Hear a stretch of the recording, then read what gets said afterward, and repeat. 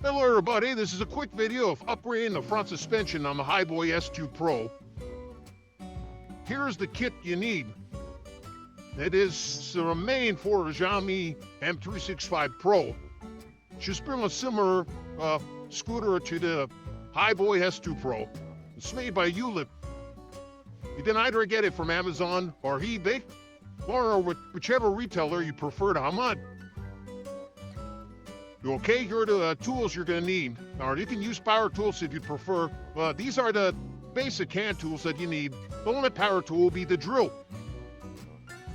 So you need the electric cordless saw or corded drill. Need a metric tap, thread tap. The size is at N5. We do 0.08 thread. Need a 3/16 drill bit. Need Allen wrenches. Size 4, 5, and 6. You need a blue thread flopper. Phillips screwdriver, or a Phillips dip toward an electric screwdriver. 18mm. Rich to zip ties. And some sort of blade like a box cutter to remove stickers. And some kind though for a small screwdriver or pick to remove rubber drummets. Okay, let's get started. First step is to fold on the handlebar. I'll expose this rubber plunger that you remove. That's for that bolt that holds the fork. Then you remove the HiBoy sticker and the rubber plug that goes in there. You expose that bolt that's holding the fork as well.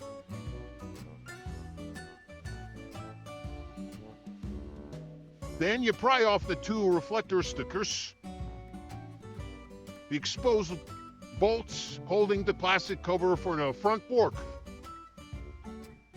And there's also two Phillips screws that hold the cover for the front fork. Remove those. Okay, once you remove the front covers, then remove the front wheel. Here's the two 18mm nuts holding it.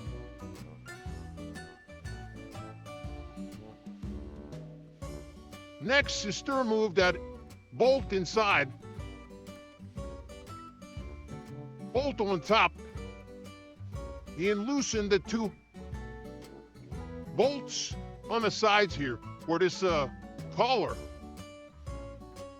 Okay, and once you remove that bolt, loosen the two bolts for the collar and remove the top bolt.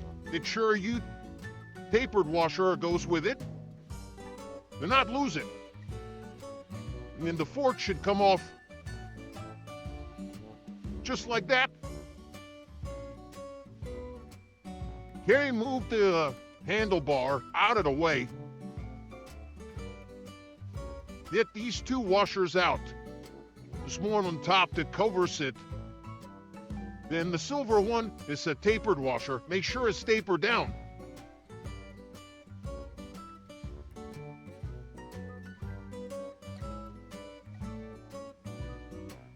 There, and the stop fork has the hole for that bolt one through.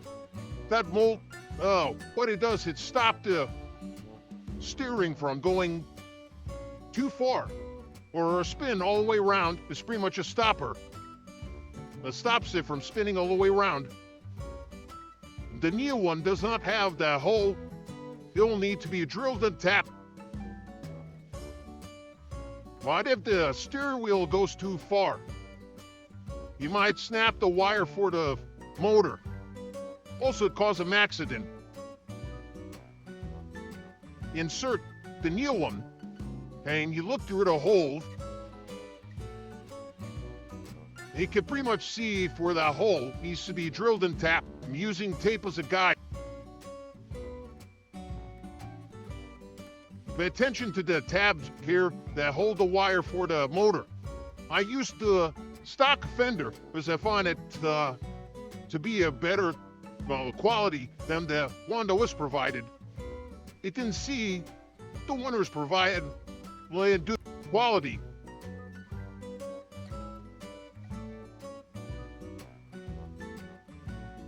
I used the hardware provided.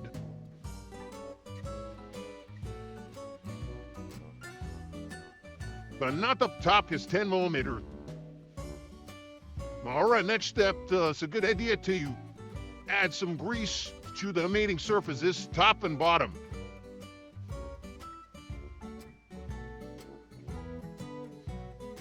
Okay, insert the new fork. The two washers on top, taper side down for the silver one. Push it down flush. You're going to slip the handlebar back on. Your handlebar on. Align it. There's notches on the pipe. Well, the new fork that you can line up. So I just line up with those notches and should be pretty straight. Couple issues I found. The pipe for the new fork is not long enough. It doesn't reach all the way to the top. So the threaded port is lower than it's supposed to be. So this bolt does not reach. So down there it doesn't reach. But you're gonna need to replace that bolt with a lot longer one. Most up, you need to file off the paint around the forks so the wheel can go back on. There's just enough interference there from paint that makes it hard to slip on. So if I file it down back to bare metal, and now able to slip the wheel back on. Getting good and paint grinded areas with a paint marker so it doesn't rust, putting the wheel back on. Okay. Okay, the bolt is wide, 1.5 inches. I recommend replacing the bolt to a 2.5 inch to 3 inch bolt. Size is an M6 with a 1.0 thread. Okay. Okay, here's the old M6 bolt. That's about 1.5 inches in length. Here's the new one, which is much longer. It's a 90 millimeter length, which is about 3.5 inches. A little too long, but the hole in there is hollow, so it can go all the way through without hitting anything, no problem. So pretty much your typical size, that perfect size will be between 2.5 to 3 inches, which is about 65 millimeters to 75 millimeters length. Well, I got this 90 millimeter length instead. So that's pretty good for all I need. The longer the better, force cell. Okay, and she put some blue thread locker when putting it in.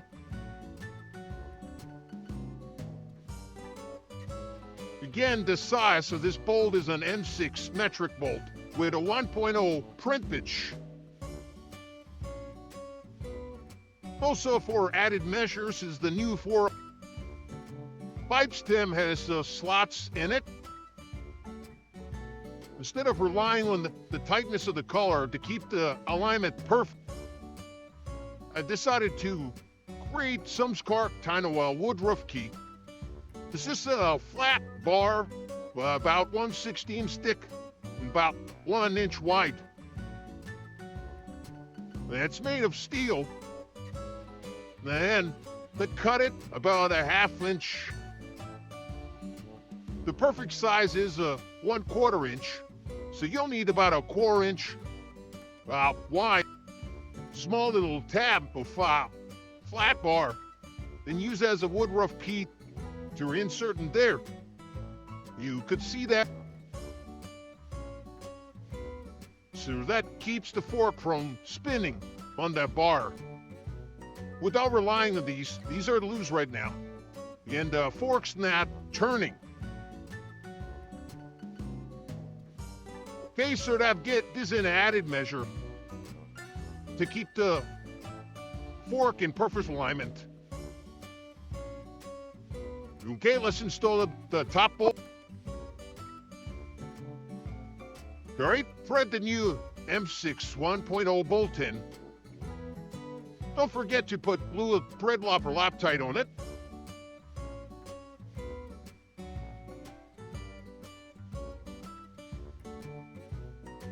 Hey, tighten it down as tight as you can until there's no more play on the stent. It doesn't jiggle.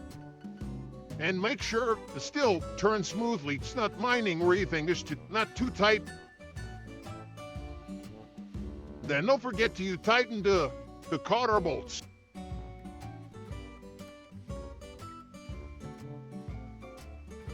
And okay, there is. Put the front wheel motor back on. With 2 zip ties. One there, and then one up here. Wires down also slack. And then also stop screws back inside. And it is working.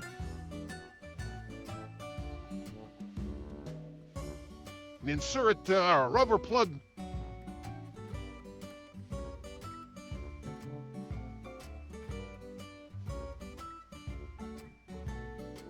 And the sticker if you prefer. Okay. Don't forget to put the rubber plug back in. All right. The loftness send back up.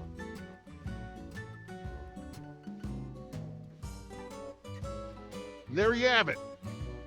Complete front suspension. It's your ride a lot smoother now. The wheel's in good alignment. Next we'll address the kickstand, and I'll show you that in a moment. Okay, as you can see from where the kickstand sits normally, with the front being higher than it was before. It's about 2 inches or so higher. The scooter leans too much than before. Yeah, it makes it easier to tip over. Why that's on a kickstand. Either from a gust of wind or somebody knocking it over just tips easier. So, my plan to address that is to relocate the kickstand lower, pretty much where the bottom of this bracket is, make it flush with the bottom of the scooter. Right here, some bottom of the bracket, stay in bottom scooter. Make it flush there. Will give you the extra 2 inches of height that you need. And here's the provided kickstand. It's not even any longer than the stock one. Plus, it also mounts differently. It mounts with the screws towards the top. And if you look here, all way you do that is to the deck and do the padding here,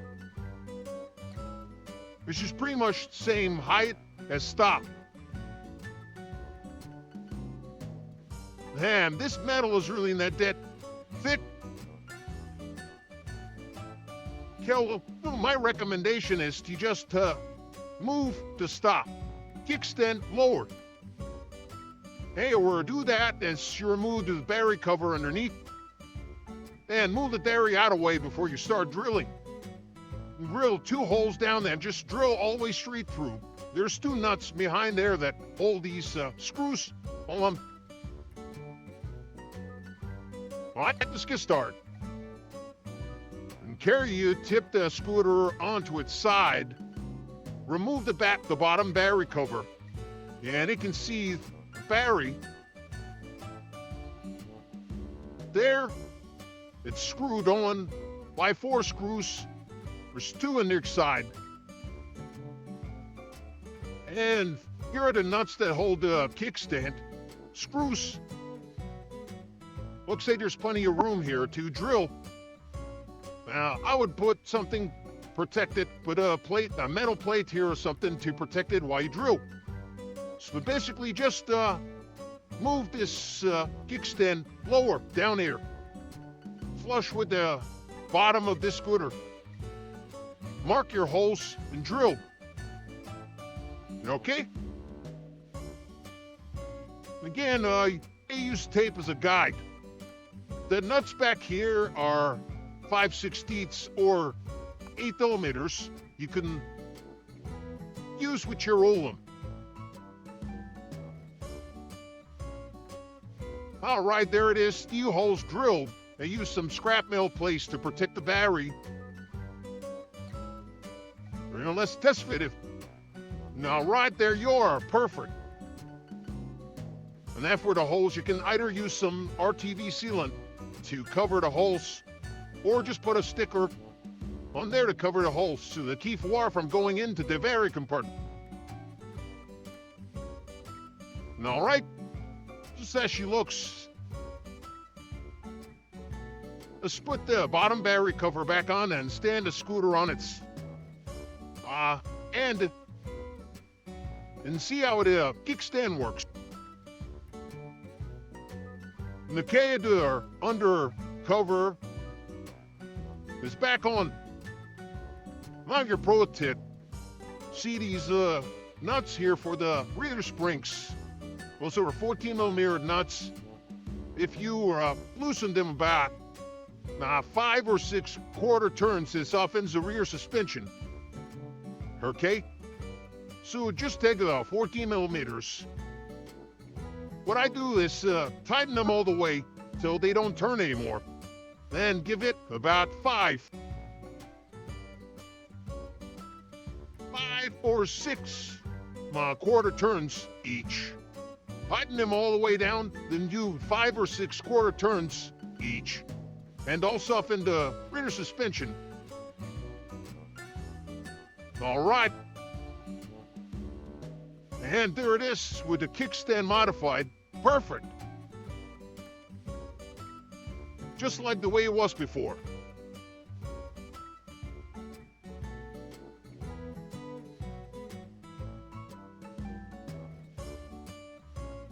The scooter does have a little bit of a rake now compared to before, since the front end's higher now.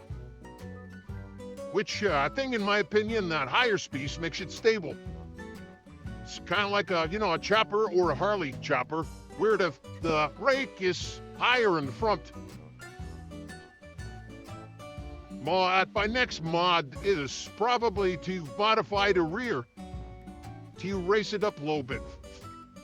My idea is to try to relocate these bolts, to try to push your swing arm down a little bit, that way the rear end now raises up in level with the front. So once I figure that out, I'll make a next video. Rate, like, comment, and subscribe. Thanks for checking out my video. Hopefully it was all helpful to you. And you guys have a good day.